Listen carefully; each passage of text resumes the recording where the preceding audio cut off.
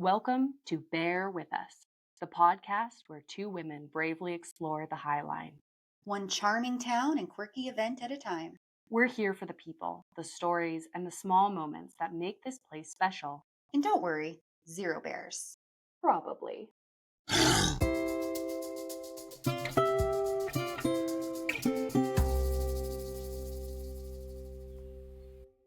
Welcome back to Bear With Us, the podcast from Bear Pod Development, where we highlight the people, places, and projects shaping North Central Montana. I'm Sarah. And I'm Julia. Today, we're stepping a little closer to the Capitol to talk about state-level leadership and how decisions are made in Helena and how they impact our rural communities.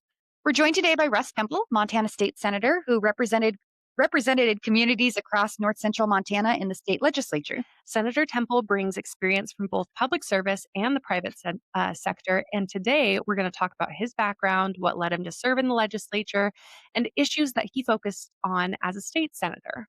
We'll also explore how state policy intersects with local priorities like economic development, infrastructure, and quality of life in rural Montana. Senator Tempel, thank you so much for joining us. Thank you. And welcome to Bear With Us. Now, we have a rite of passage here at Bear With Us. And our first question is probably the most important question that we ask any of our guests. In your opinion, what's scarier, a hungry bear after hibernation or a senator coming off a long legislative session with no coffee? Well, it'd probably be about a toss-up. I'm sure that those legislative sessions can become quite intense. I think I would need at least 3 pots of coffee.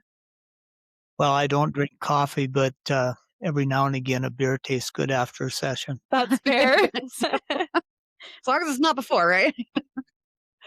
I love it. Well, can you start out by telling us a little bit about yourself, your connection to North Central Montana? Just start out from the beginning. Where are you from? Sure, absolutely.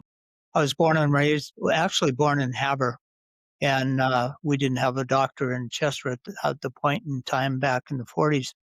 And so I moved to actually 26 miles north of Chester, just straight east, 5 miles to the Sweetgrass Hills. And I basically was raised there, went to school, rural school, ended up graduating from Joplin. Drafted into the service. I spent 14 years away from this community, and we moved back to raise our kids and been there ever since. We farmed there for 34 years. I custom cut for 32 years from Haber to Cut Bank. And like I say, raised our kids there, a great place. This community is phenomenal. Actually, my district originally go back to where I started politics. I spent 18 years county commissioner in Liberty County, and I was basically retiring. And Chris Hansen decided she had enough of the Senate, and she ended up going to work for Rosendale, and I ended up getting appointed to the Senate. I've been there now. 9 years, and it's gone pretty fast, and so I guess that's kind of my background.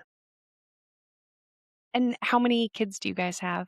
We have 4 kids, 11 grandkids, and we have kids scattered from Olympia to Douglas and Cheyenne, Wyoming, and we've had our daughters lived and taught in Cut Bank for the last, I think, going on 25 years, and her 3 boys have graduated from high school. One's going to school here in Haver at Northern playing football, and the other twin is going to school in Butte. The oldest boy graduated from Tech and is actually working here in Haver at the bank. Oh, wow. So, yeah, that's pretty exciting. In fact, we're going to the chamber dinner today. So it's kind of exciting to have somebody close that we can work with. Yeah, that's really neat. It is nice. So you are Montana through and through. But here's another big question, because we are also a podcast divided. Are you a Grizz or a Bobcat? Actually, Northern. Oh, I like to take that one for the Bobcats because they are technically a part of their school system. Well, actually, I went to a football game down in Bozeman a couple years ago, and I wore my northern sweatshirt down there, and the president asked me what the deal was, and I explained to her that Bozeman is part of Northern School. Yeah. 100%. All right. Julia wins by default, I guess. Nothing is coming up Grizz lately. No. It's all Bobcats. Well, you should get with the program, I think. So you said that you were a county commissioner in Liberty County for 18 years, was it? Wow. What led you to start serving as a commissioner? Well, I guess community service. I've been in the Army for 2 years, and I got back, and I seen kind of a void that uh, people weren't stepping up, and I just thought it was my time to look into working with people, local people. Yeah. How old were you when you started as a commissioner? That's a good question. Probably about early 50s, I would assume. Okay, that's awesome. Yeah. That's amazing. That's a hard job. I don't feel like a lot of people understand just how much commissioners have to do and the area that they have to cover. I don't know. It's a job that I don't know that I could do. So, Well, one thing about commissioner, you're working one-on-one, like we're sitting here talking right now.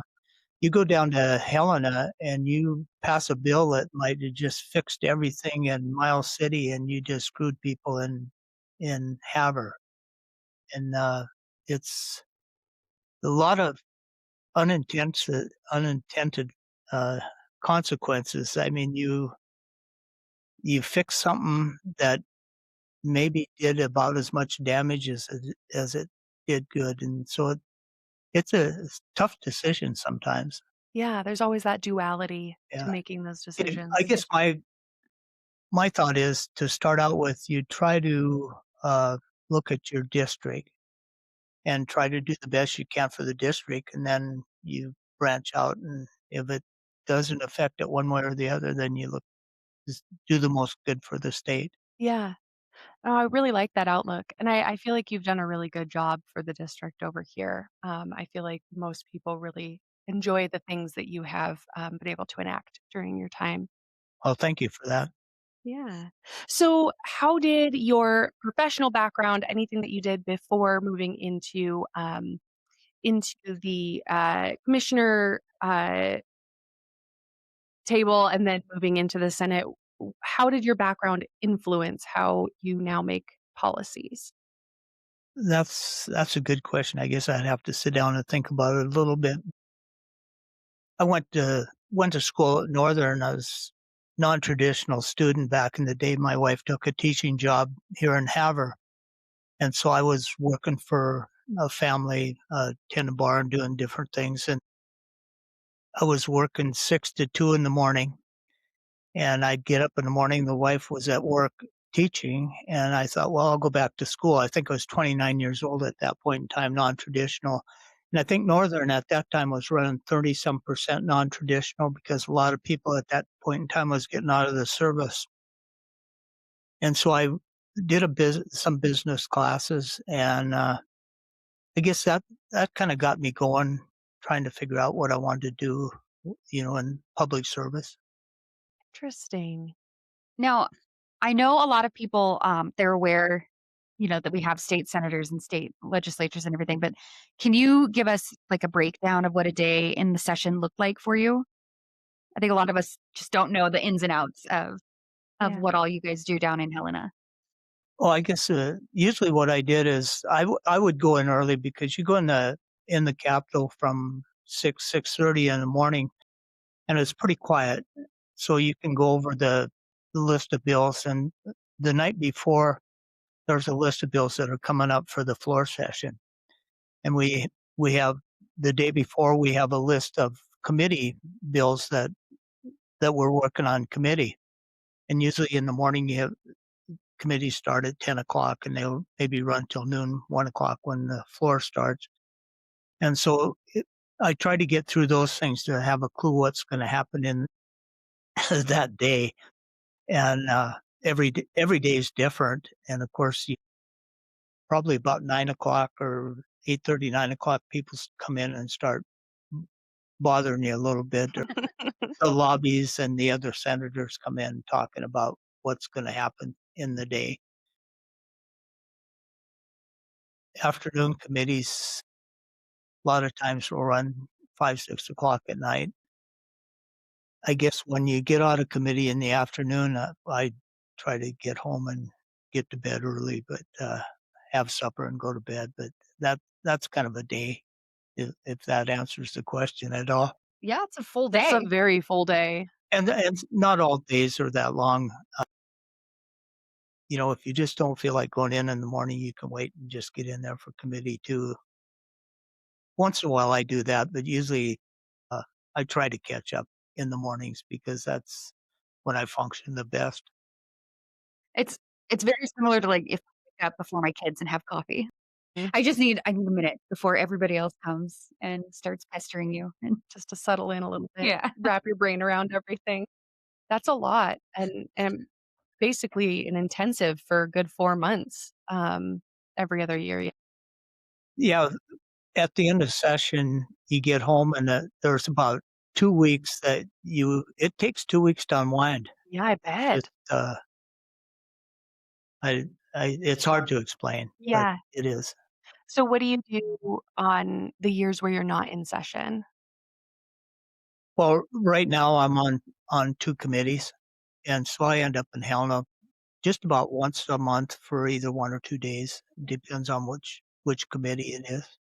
I'm on, transportation committee. I'm the chair of this interim, and so we've been working on, some issues with different roads, and it's kinda interesting. Some people are big on these roundabouts, and other people do not like roundabouts, and I guess back in the '60s, I was in the service in Germany, and we had roundabouts, and it moved traffic, and I guess I'm kind of an advocate because I see what they can do, and, but that's one of the discussions we have, and the cost of well, cost of roundabouts, cost of lights, cost of whatever is what we deal with. Yeah, which is astronomical. I Yeah. mean, roads in general are just ridiculously expensive. In But I love me a Montana, good roundabout. oh, 100%. When people can understand them. Nothing is more frustrating than someone stopped at a roundabout that doesn't know how to use it. But they do move traffic.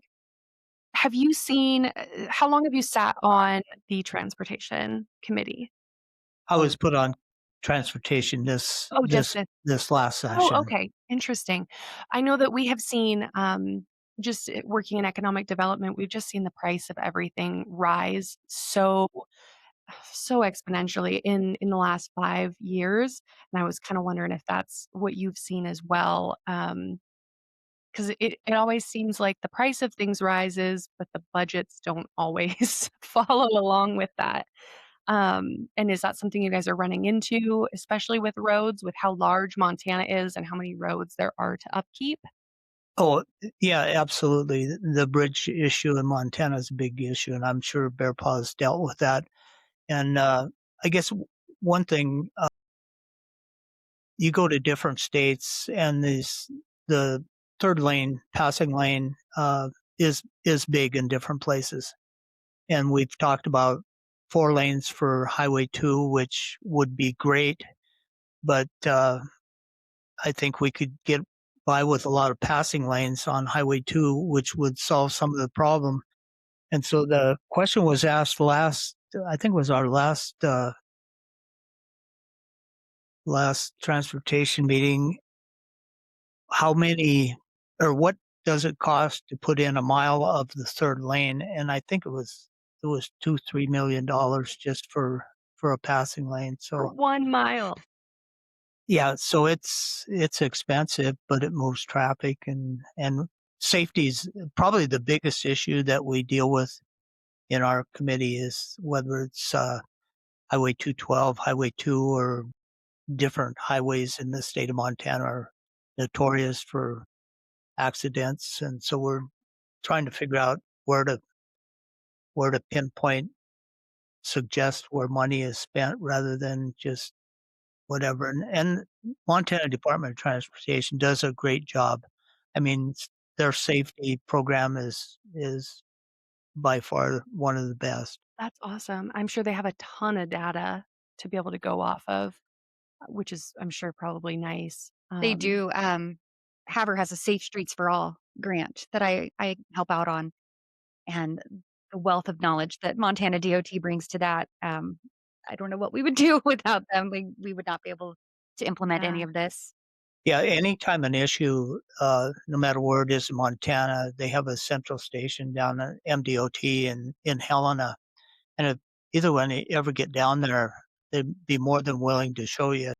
They have screens that cover the whole state of Montana. And whenever there's a call in, it hits that station, and they can reroute traffic or slow it down or whatever. Wow. It's pretty amazing. That's really neat. I feel like those are the little things, which is actually quite a big thing that, helps run all of our state and our communities that no one ever thinks about unless they're in that sector. I've never thought about how Yeah. that works. Actually, if there's an accident on Highway 2, it hits that station, and whether it's they're dealing with snow or a slide in or whatever it might be, the locals are notified right away, and so they're out there with signs and everything. It's yeah, it's pretty amazing. Awesome. Now, stepping back to your work as a commissioner, because when you're working as a part of a commission, everybody there knows the area. Everybody there knows what the struggles are, knows what you need to address, and things like that.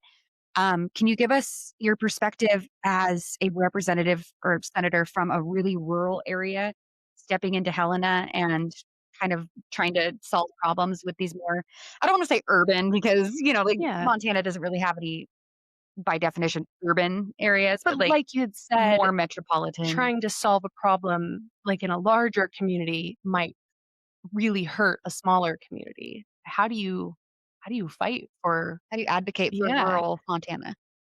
I guess that's part of the battle that we deal with quite a bit. To give you an example, on the High Line here, we have from Cut Bank to North Dakota. I think there's 6 of us that represent this whole area. And if you go to Bozeman, what is there, 12 or 13 folks down in Bozeman proper? And so to get them to understand that rural Montana even exists or agriculture exists, those are the 2 things, agriculture and rural Montana is what I try to get across those folks. In my committees in the past, I've taken commodities, whether it's lentils, peas, garbanzos, durum, taken them to committees, and I give the commodities to these urban folks, if that's what you want to call them, and start out with they ask, "Well, what do I do with it?" I says, "Just Google it. We raise it in Montana. You can eat it." And so now when I go down there, what what did I bring this time? So, You're like the candy man. Yeah. well, it's kind of interesting because these people did not have a clue that Montana raises food that we actually eat here, and so that I try to get that point across. And rural agriculture is a big thing, and like you say, it's a fight to get these people to understand that if you pass a law that's the best thing for Bozeman or Missoula or Kalispell, uh, it might not do us a whole lot of good. So you go in and you try to damper the bill down so that it doesn't affect this area adversely. Yeah. That's difficult, and to stay on top of every bill that might possibly adversely affect up here has gotta be exhausting. Well, uh, I guess personally, there's no way in the world you could pick up on every bill that's going No. to be adverse to certain areas. But we have the ones of us that are involved in it, somebody always picks up on it, or it seems like Yeah. we hope that happens anyway. It doesn't always happen, but hopefully you get get things slowed down so that you have a little bit of say. Not this past session wasn't quite so bad, but the 23 session, it seemed like uh, some of the bigger uh, municipalities were trying to get rid of the museums, the libraries, and counties really. And so I finally had to stand up and say, hey, we need local control of those things, not state control. And so we did slow down some of it, but there was a push to take over the museums and the libraries by the state. And it was, Wow. yeah. Oh, I can't even imagine that. I feel like we have a hard enough time upkeeping them in our local communities. I can't imagine if they were run by the state. I mean, if you're not a prominent city, you're going to get forgotten about real easy. And we can't risk that with our public infrastructure. I think they should have an orientation for any new person in the state Congress or what have you, that they have to do like the 52 county tour and they have to Yeah. go to all of these rural communities and see what they're like to get a Yeah. better, 'cause we've all been to Billings and Bozeman and Missoula and all that, but like Mhm. get a little perspective and see what our smaller towns are like. Yeah, I agree. And how much work goes into keeping our little rural communities going. They cost just as much. They just don't serve as many people. Do you find that, when you're in the Senate, during the legislative time, that you're having to bring issues back to your district and get people involved? Or do you have a district that is quite involved and is bringing issues to you and saying, "Hey, can you advocate for this? Can you advocate for that?" That kind of goes both ways. I have people that kind of keep me abreast of what's going on locally. And at the same time, I have people that if there's a question on medical issues, for example, I have a couple doctors that I can call. I have them in my phone. I can buzz them up and say, hey, how's this going to affect the small rural hospitals? And so, yeah, I've got a good bunch of folks that really have supported me and helped me out with some difficult questions. On that note, with making different connections with people, have you found that was kind of a difficult thing when you first started in the Senate to have all of those contacts? How did you make these contacts? Do you rely mostly on the people that you know back home, or have you relied on like other people introducing you to contacts? Well, I guess the way that the fact I spent 18 years as county commission, I already had a lot of those contacts. And the same way when I got down to Helena, a lot of those folks with the Department of Transportation, DPHHS, a lot of those people I had contact with before. So I kind of had a little leg up, Yeah. but it was still a big learning curve when you hit the state. I can imagine. I mean, I feel like you've got to know so many people. I can hardly keep the people in my office straight most of the time. So, I know that Julie and I have kind of faced this when people ask, what we do. We're like, like, how do we explain it? But what do you think is a very common misconception about serving in the Senate? What do people think that you do that you're like, no, I don't really do that? Probably the thing that threw me the most is I get folks that are asking about federal bills and and the fact that I don't live in Helena 24/7, 360 days a year. They think I'm there all the time and actually I've been home for a month or 3 and they have no clue that I'm not still in Helena, that the session's only 90 days. And that kind of threw me just a little bit. I think you're a career politician. It's a part-time gig. I mean, you got full-time behind the scenes work, but on site, you're right. It's just a 90-day session every other year. Yeah. And I think people they don't really understand the 90 days is session. and the rest of the time you're doing committee work trying to figure out, oh, we did a bill last session, and it, maybe wasn't the best bill, that needs a little work, and so we work on that during the interim, and hopefully you can solve the problem that you created. 90 days is not a lot of time to refine all of those little things, but we've seen quite a few bills go through where at first we're like, "Oh, this is gonna be so great," and then it actually comes to fruition and we're like, "Well, that was worded very wrong." She's got some That's bugs yeah, that need to it's be not worked actually out. gonna work now.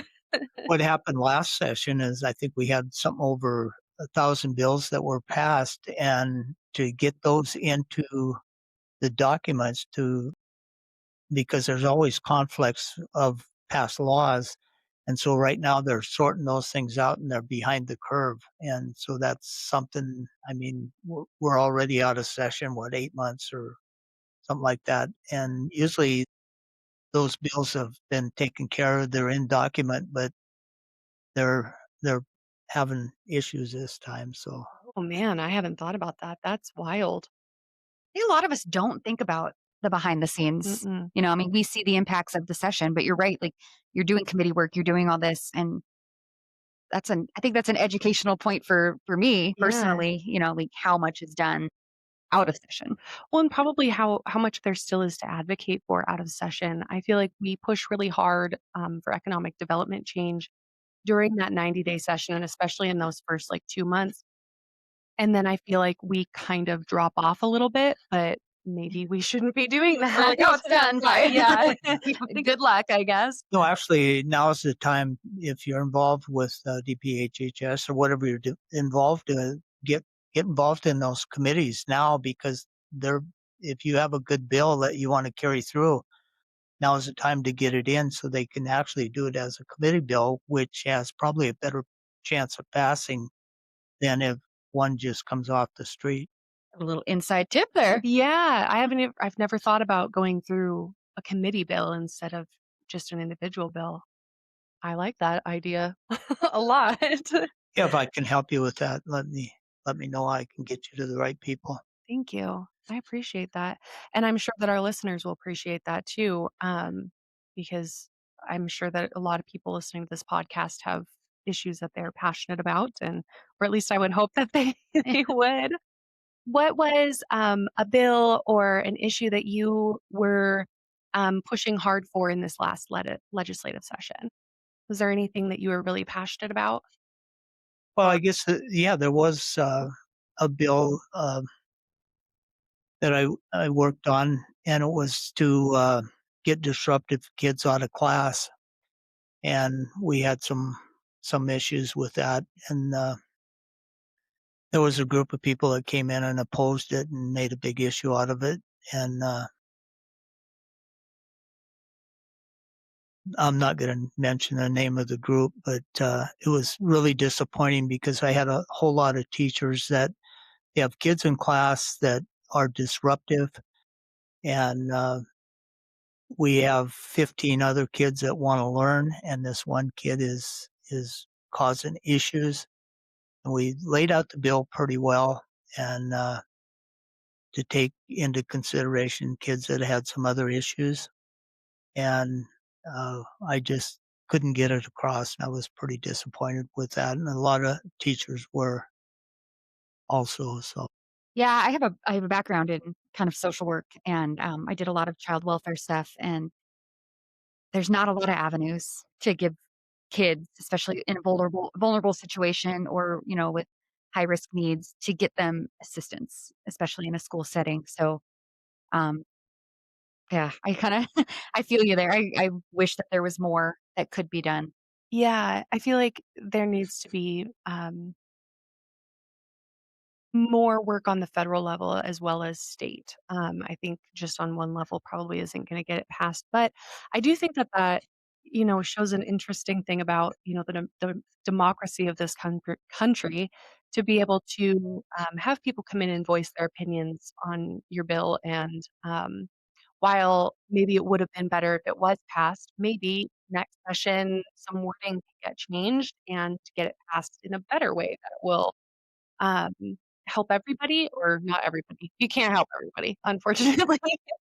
Can't please everybody. Someone's always going to lose out. And I think that's what that's always hard. It's just finding the most good for the most people, and that's difficult and probably very disappointing at times. What was a bill in the span of your career that you look back on and you just pat yourself on the back that you're the most proud of or that you just enjoyed the most? Oh, I guess probably the one that I worked on for American Motorcycle Association was uh, splitting lanes, and it was the third. Montana was the third state that ever passed that, and I think we're up to 6 or 8 states now that have allowed lane splitting. Or I'm glad you mentioned that because that's my husband's favorite bill that you passed. So I was gonna say, I know which one. Do you wanna kinda give a breakdown on what lane splitting is for those who don't have a husband who tries to kill himself on motorcycles? well, basically it allows, and what I did to get it passed, Montana MDOT opposed it, Really? and by by slowing traffic down, you can only pass traffic if it's going less than 10 mile an hour, and you can't go over 20. So if it's stopped, it allows you to split lanes and get to the head of the stop sign, or whatever you want to call it. And it's only on multi 2 lane or 4 lanes or better. And so it gets you're out of the lane of traffic, so you're not rear-ended, and that's one of the biggest issues that bikes have, is the fact that people come up behind them and bump you, and over you go. And so unfortunately, I've never experienced that, but I know people that have. So Yeah, it it, doesn't take much to No. do a lot of damage. I always have to tell my husband that when he goes on a bike ride, I'm like, "There's not wiggle room when you're on a motorcycle. I Mind your think P's and that Q's." it's a good, thing to have passed, I think, because, it's not typically the motorcyclists themselves that I am concerned about. It is the people around them that are not watching or do not understand how fragile motorcycles are Or can't see them. or can't see them. Yeah. I grew up around, motorcycles. I don't ride myself because I can't be trusted with that, but, Same. all of my uncles love riding motorcycles, and, they can sometimes be reckless, but for the most part, they are, they're very vigilant in, being safe and wearing their gear, and they still get hurt because of people that are not watching. Um, and they just don't take into consideration how vulnerable people on motorcycles are. yeah, I guess I go back. I've ridden in 15 countries in Europe, and every one of those countries allow lane splitting. And when you're stopped on a road for a stop sign or a red light or whatever it is, and you see a cement truck coming up behind you, it's always good to move over and try to get in middle lane or something, so that, I Just make mean, room. yeah, so they can't see over the hood to see you necessarily, and you kill the engine on a start, and you might just get run over. And so anyway, I was pretty happy that one passed anyway. That's awesome. Out of curiosity, did the discussions on the floor get heated on that one? I wouldn't say really got heated. I had some pretty experienced motorcycle folks that talked, more so in committee than on the floor. I think on the floor it was pretty well accepted. Uh, in committee, we had some folks that had some issues with it. There's always those folks that have issues with things. We call them cave people. Yeah. We've used that term a lot on this podcast, but it's citizens against virtually everything. So, We use that one in the county a lot. yeah. Yep. It's very true. Well, something that I am loving to learn about you, is that you are very well traveled And that's not something that we see all the time from people that are from Montana. And I think that that's a really cool perspective to be able to bring into the state legislature. Um, to say, I've been in other countries and states, and this is how things have worked there, and bringing those ideas back. I just think that is such a cool perspective, and not something that we get to see every day. Um, what what are the term limits for being a senator, and where are you at currently in that? Okay, term limits, there's 2 terms limit, and in my case, I was appointed, so I had 2 years of service that I wasn't elected to that position. So fortunately, I spent 5 sessions as a senator, and most people are elected twice, which is 8 years. Okay. So there's an 8-year term. So this year will be elections. Is this your final year then? I'm termed. Oh my goodness. So if you had to, obviously, if we're looking for a new senator for this district, if you had to give some like personality traits, not necessarily political background or anything, but just personality traits, what would you say that the next senator would benefit from having? Fun question. Yeah. Communication skills. It's a big one. And I've had, in the past 5 sessions, I've known a number of people that have been in Helena for a session, and when they leave that session, they're done. They do not wanna go back. Really? It, you take a lot of heat, and you have to absorb a little bit, let it run off your back or whatever, because people get nasty, and if you can't handle that, it's not the place to be. Yeah. I think that is probably one of the hardest human skills to learn is communication and not taking things personally all the time. But especially when it comes to leadership, being able to let things roll off your back. That's not something I'm always that good at. So I can imagine. Some of us are better. Yeah, I feel like I can understand why some people would just say that's not worth it. That's not worth my time. But somebody has to do it, and I think it's better for people to communicate well, to reach across the aisle and actually get things done for the state as a whole, because otherwise we just have a bunch of people running around making bills about nothing. Well, one thing that's really disappointing is when it's one thing to take a shot at me, but I've seen other people that their families, Oh, have taken shots, and that there's no excuse for that. no. No, and I don't think that that is, I don't think that's okay. I don't think that that is a show of, a good, responsible human being. It's just a reminder to people that you can disagree about policies and you can disagree about components of the political realm. We all do. We all have our opinions. We all have things that we like and we dislike, but there are humans on the other end of it. In communities. I mean, Yeah. you know, I'm sure that everything that you bring into the session and into your committees always does tie back into your district and the things that people need and want, and if not, then Montana as a whole. And so, I think that sometimes people forget that we are all here on the same team, um, even if we have differing opinions. We are here for the greater good.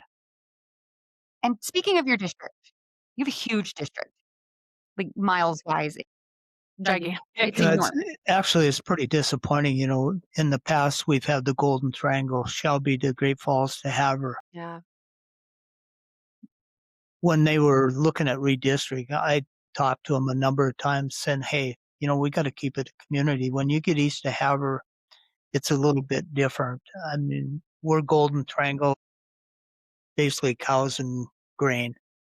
You get east of Havre, we have irrigation issues, we have Native American issues, we have river issues, we have It just all gets state and more complicated, all state honestly. and federal land. And so Fortunately, I was in the office in 23 session with Mike Lang, a senator from Malta, and we were on. He was on 3 committees, and I was on 3 different committees. And so in our office, we heard 6 different committees out of 14, 15, whatever we have. And so I had a clue what was going on down there, but I didn't pay attention like I probably could have because of the fact it wasn't my district. Well, when we redistrict and the district went all the way to Glasgow, uh, I sort of panicked there for a little bit. But there's people down east that have helped me with different things when it comes to irrigation, when it comes to Milk River issues and that stuff. So it's been good, but it's been a learning curve. Made last session a little tougher than the past ones because I know people Fort Benton and Chester to Havre and great people. And so not saying there's great people down east too that have helped me. So that's good. Yeah. Because I don't think people realize, first of all, how big Montana is, but for if you were to go from east to west in just your district, I mean, you're looking at a 4.5, 5 hour drive. 260 miles to Whitlash to Glasgow. And Yeah. on top of that, my district has 6 ports of entry, and there's only 13 in the whole state. You have half of them. I have half the ports of entry, and there's an issue. They shut down. You're fully aware of the fact that we're not the full hours we had in the past, and so uh, I had no clue people living on this side can't spend the weekend with their family in Canada. It's disappointing. Or transport agricultural goods. I know that Yeah. that's, like a lot of ag producers use that. And um, having, dipped our toes in tourism, a lot of these smaller communities really rely on the Canadian tourism. Yep. When they come down and do shopping and eat at the restaurants and things. Yeah, So and losing those ports of entry times has negatively affected it and will continue to do so until it can change. Um, I think it is wild to think about, you had talked about Bozeman proper and how many, senators just come from there, and I'm sure that they could make it around their district in what, like, 20 minutes walking? I mean, there's not even a way to walk all the way to the other end, and so I think that has just got to be, it's just that is a difficult thing to, be able to connect with all of the people in your district, and like you said, they're so different, they're living different lifestyles from east to west, and, being able to represent all of those people does take somebody who can really, communicate well and, listen. I think I think listening is sometimes even better than, being able to advocate well, being able to listen to people and understand what their needs are. Sometimes it's better to tune in than broadcast. Yeah. But it's kind of interesting when you talk about uh, campaigning. Now, Havre is one House district. The other House district is the one outside of Havre that goes from Whitlash to Glasgow. And to campaign, uh, there's no way you can do doors like people talk about.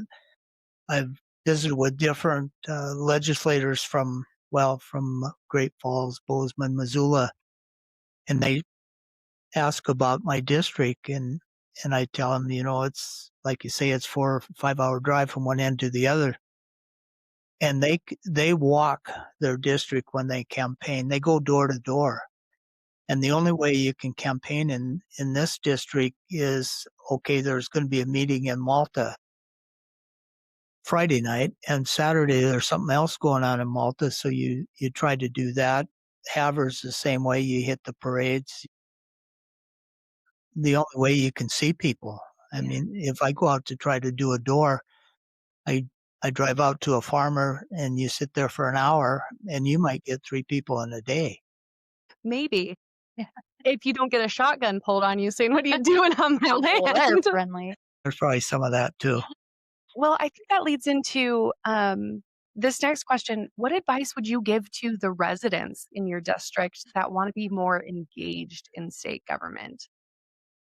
Uh, I would say start locally, city, county, whatever, and if there's something you want with the state, get a hold of your legislator and work with them and decide where you want to go from there. Have you found that there is like one issue that unites your entire district? You've talked about how it's so different. There's so many different types of people and different lifestyles, but is there one issue that you hear the most across the whole span? Well, the issue is rural. I partner everything in rural schools. Every one of the schools in my district started this year needing help, and that's a kind of a universal problem. And then it kind of spills over into the hospitals where every hospital is short of help. And so it's a rural issue. So, and we're all rural. So Yeah. All the issues kind of tie together when they it's all tie rural. together. And Yes. that I think is an interesting thing because half the state is having the opposite issue where they've been overrun, they have too many people and not enough jobs, and we're just the opposite over here of not enough people and too Are many you are jobs. you gonna do it? Because we haven't blamed him for a few episodes. Dang it, Kevin Yeah, Costner. we like to blame Kevin Costner for that. Um, Now are you calling yourself termed out or are you calling yourself retired? It's one and the same. I don't feel bad about terming out. I I was going to retire when 18 years county commission. I was basically retiring. I think it was about the 15th or 16th of December when Chris Hansen resigned the seat. And so there were a number of people that called me and I said, no, my bike's in the trailer. The camper's on the pickup. I'm out of here in 2 weeks. And so I threw my name in. I pulled the pickup and camper in the storage building, and I'm in Helena, living the best life. Yeah. What's the first thing you're gonna do? The first session that you don't have to go down to Helena, what does that look like for you? My life's not changing much at my age. I just basically do what I what I do. And found out quite a while ago if I I go south by myself. I spend a couple weeks, and about every third year, my wife came with me. And so we'd spend a couple, 3 weeks down south. We've ridden into Mexico with motorcycle and spent quite a bit of time down there. And on the way back, say, well, maybe we should have went home last week. So we're good for 2 weeks someplace, and that's probably what we'll do. We have grandkids, like I say, scattered from Olympia to Cheyenne, Wyoming, and we have granddaughter right now playing ball for Dickinson State.